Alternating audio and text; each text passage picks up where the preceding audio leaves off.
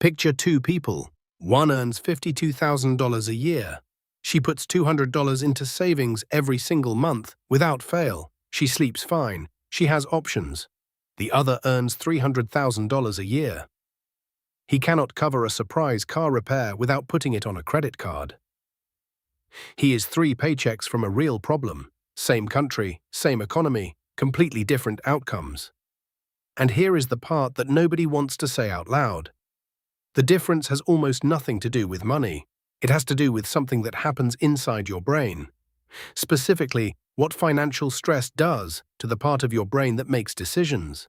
And once you understand it, saving stops feeling like discipline. It starts feeling like the only rational choice. This video is not going to tell you to cut your Netflix subscription. I am not going to show you a color-coded spreadsheet and pretend that is the thing standing between you and financial stability. What I am going to show you is the actual psychological and neurological reason that saving feels almost impossible when you are already stretched thin. And then exactly what the research says actually works, not what personal finance Twitter tells you works. By the end of this, you will understand your own brain better than most financial advisors do. Let's go. In 2024, a CNBC and SurveyMonkey survey found that 65% of Americans describe themselves as living paycheck to paycheck. 65%. That is not a fringe problem. That is the majority experience. But here is where it gets interesting.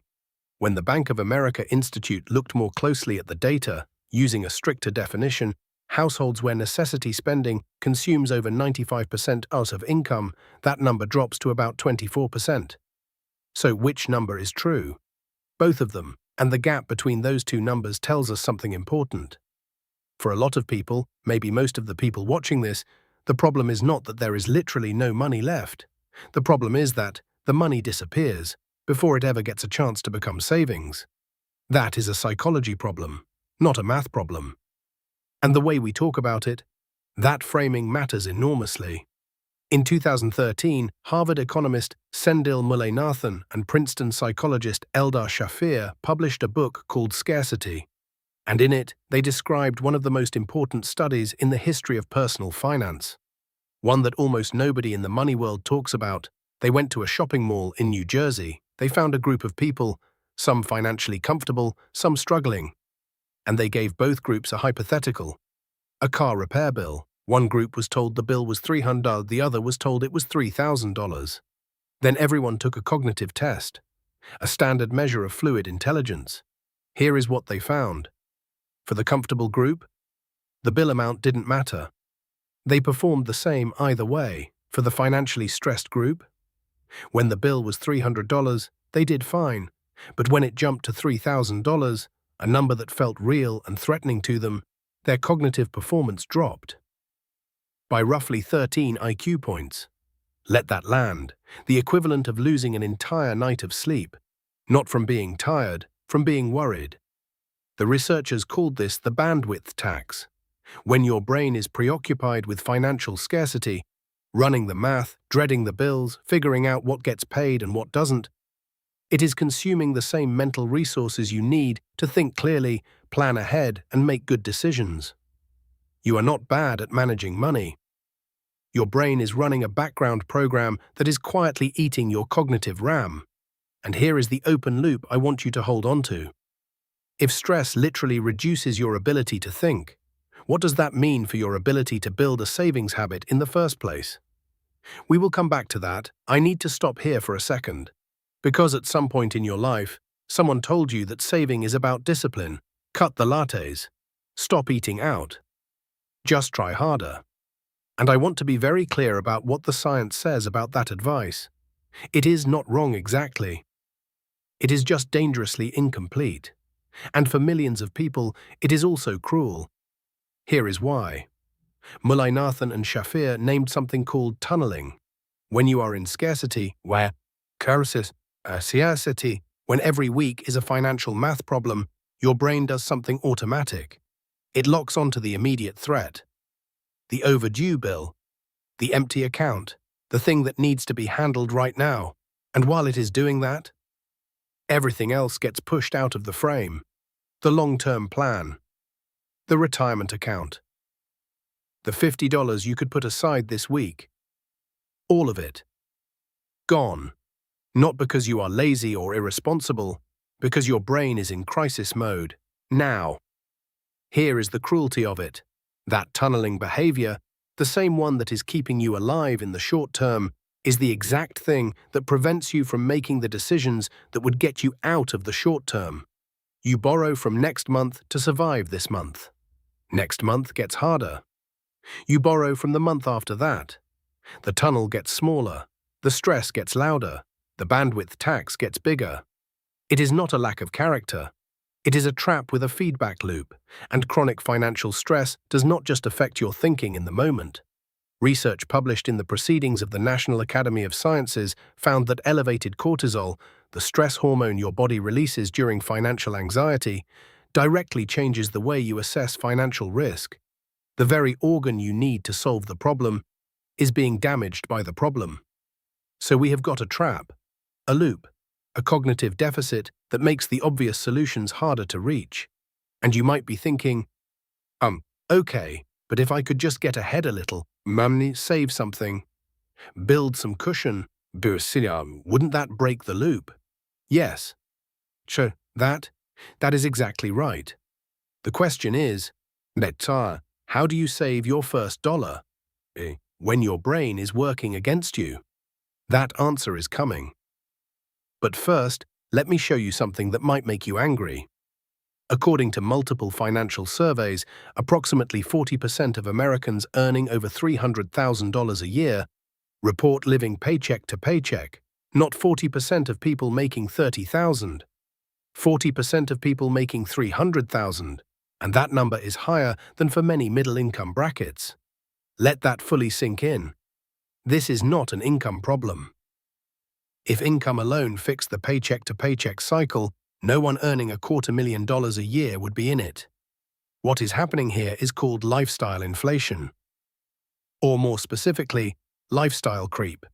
Every time income rises, spending rises to match it, or exceed it. New car, bigger apartment, private school, nicer vacations. What were once upgrades become baseline. Non-negotiable, fixed costs. The goalpost for enough moves every single time they score.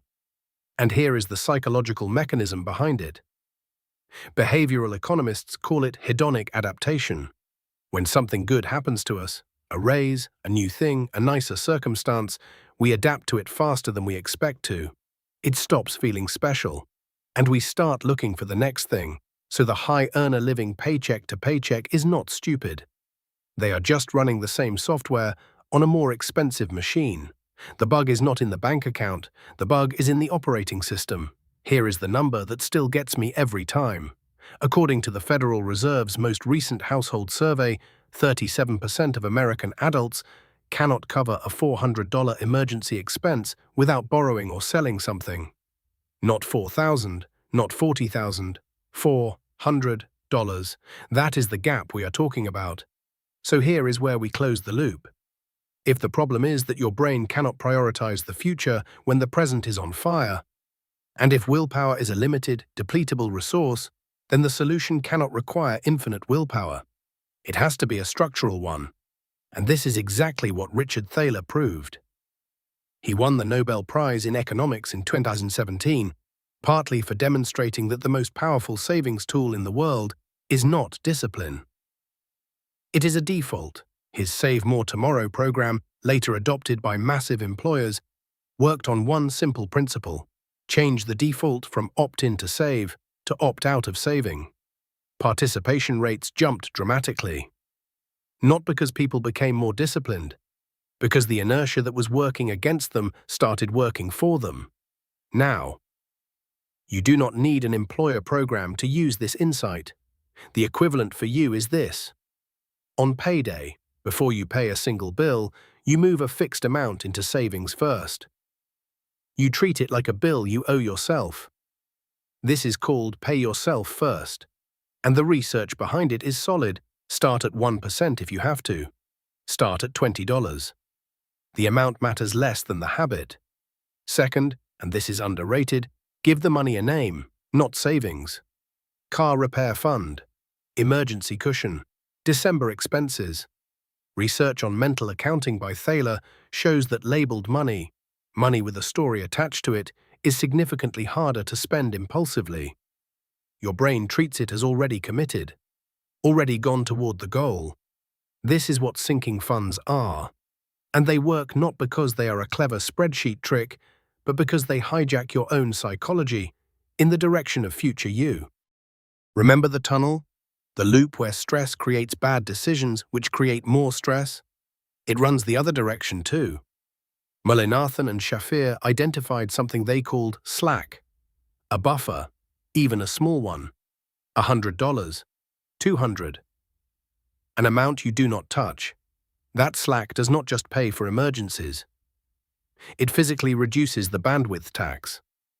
Your brain has room to plan, room to think, room to notice the long-term options that the tunnel was hiding. The first $50 you save is not just money. It is cognitive capacity returned. You are not bad with money. You have been running human hardware in a high-stress environment without the right setup. So here is your one thing for today. Open a separate account, put $20 in it, and name it something specific. That is it. That is the beginning. If you want to go deeper on this, the next video covers exactly how to structure a budget when your income is unpredictable. It is linked right here, and if this video helped you see your own situation differently, share it with someone who needs to hear it. Not because it helps the channel, but because they might not have come across this idea yet. And this idea might help them. I'll see you in the next one.